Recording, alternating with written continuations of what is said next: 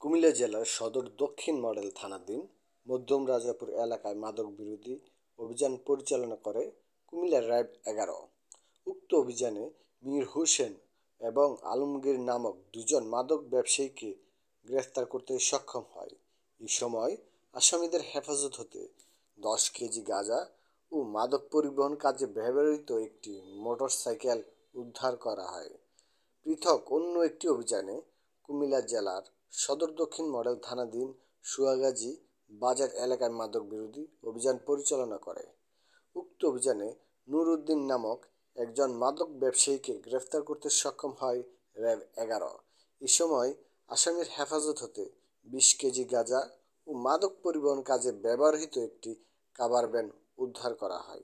প্রাথমিক অনুসন্ধানে জানা যায়, গ্রেফতারকৃত আসামি মীর হোসেন কুমিল্লা জেলার বরুড়া থানার ঘোষপা গ্রামের আবুল কাশেমের ছেলে, আলমগীর কুমিল্লা জেলার বরুড়া থানার ভাসপুর গ্রামের মৃত লাল মিয়ার ছেলে এবং নূর উদ্দিন লক্ষ্মীপুর জেলার রামগতি থানার চরবেদমা গ্রামের নূর ইসলামের ছেলে।